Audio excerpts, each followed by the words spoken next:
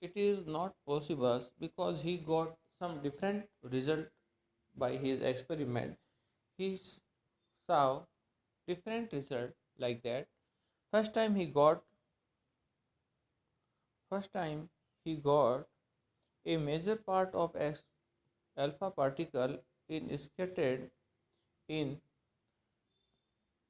without any scattering and passed through this gold foil. This mean was that the mostly space between the atoms are clear. There are no any mass or no any object or atoms or electrons.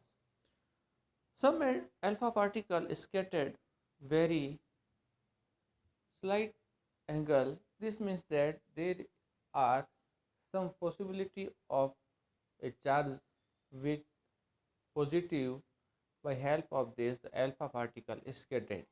But one result when some alpha particle, very few amount of that, which are scattered about 180 degree, which blames that there are whole mass and whole positive charge are contained in a very infinitesimal area, and this area is called nuclei.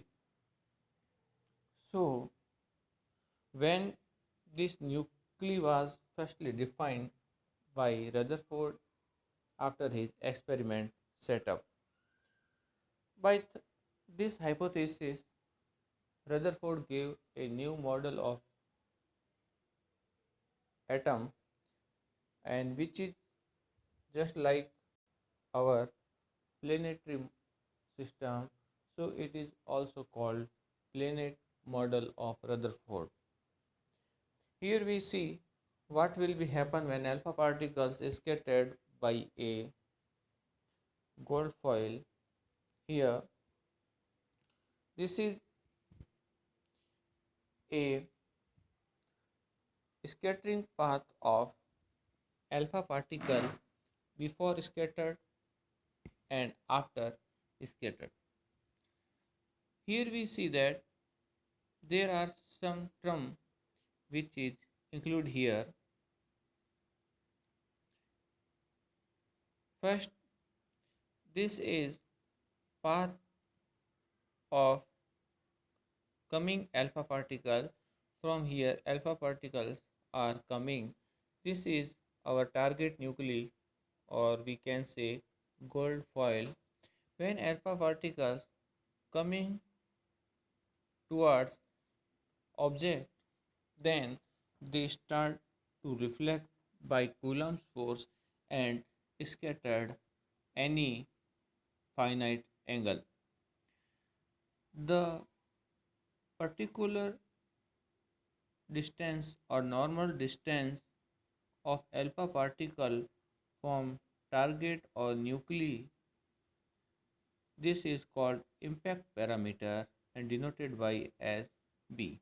So what is b? B is nothing but a perpendicular or normal distance of path of projectile of alpha particle before scattering.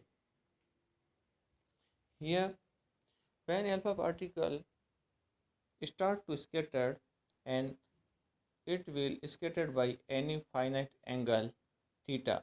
Here theta is called scattered angle. The mean of that alpha particle is scattered by angle theta. If you would like to see, then what will be the picture? Picture is just like this. Here alpha particle comes, and after scattered it move from angle theta. This phenomena change the momentum of alpha particle. Here we can see that P initially momentum of alpha particles before scattering. After the Coulomb's force, a force acts on alpha particle always outwards from this nuclei. If alpha particle was here, the force was acting in this direction. When alpha particle was here, force acting on this direction when alpha particle is here, force acting on this direction. So this is Coulomb force which always acts on outwards from nuclei to alpha particles.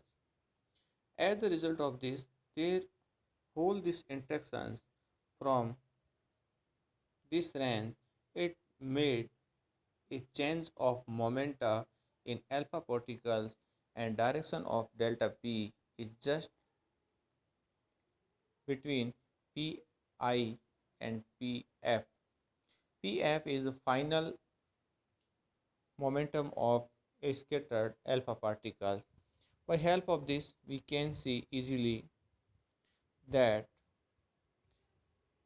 this is initially momentum, this is finally momentum, and in between this there is delta p. The delta p was changed in momentum due to Coulomb force. This by help of this calculation pi, pf and delta p we can find out the angle theta which is scattered angles. The Rutherford solved this scattering experiment. He find the relations that cross section diffraction of alpha particle is proportional to 1 upon sine raised to the 4 theta upon 2.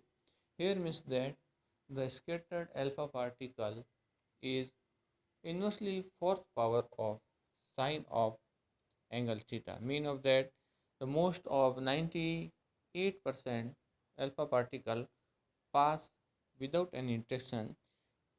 2 या 2.99% alpha particle be scattered by a less than 1 degree or 2 degree. Only very few alpha particle, one of 1000, one of 10,000 is scattered 180 degree. In next class we will derive this derivation, that how can we derive this relation. Thanks.